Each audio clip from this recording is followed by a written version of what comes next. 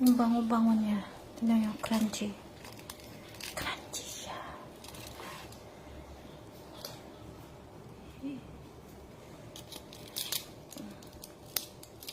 Diba?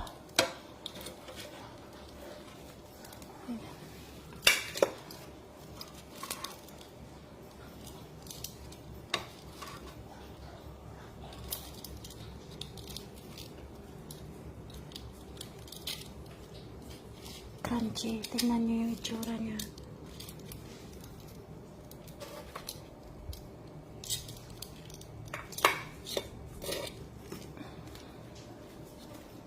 Kailangan kong ipaano kasi yan. Kasi ito ilagay ko na dito sa taas.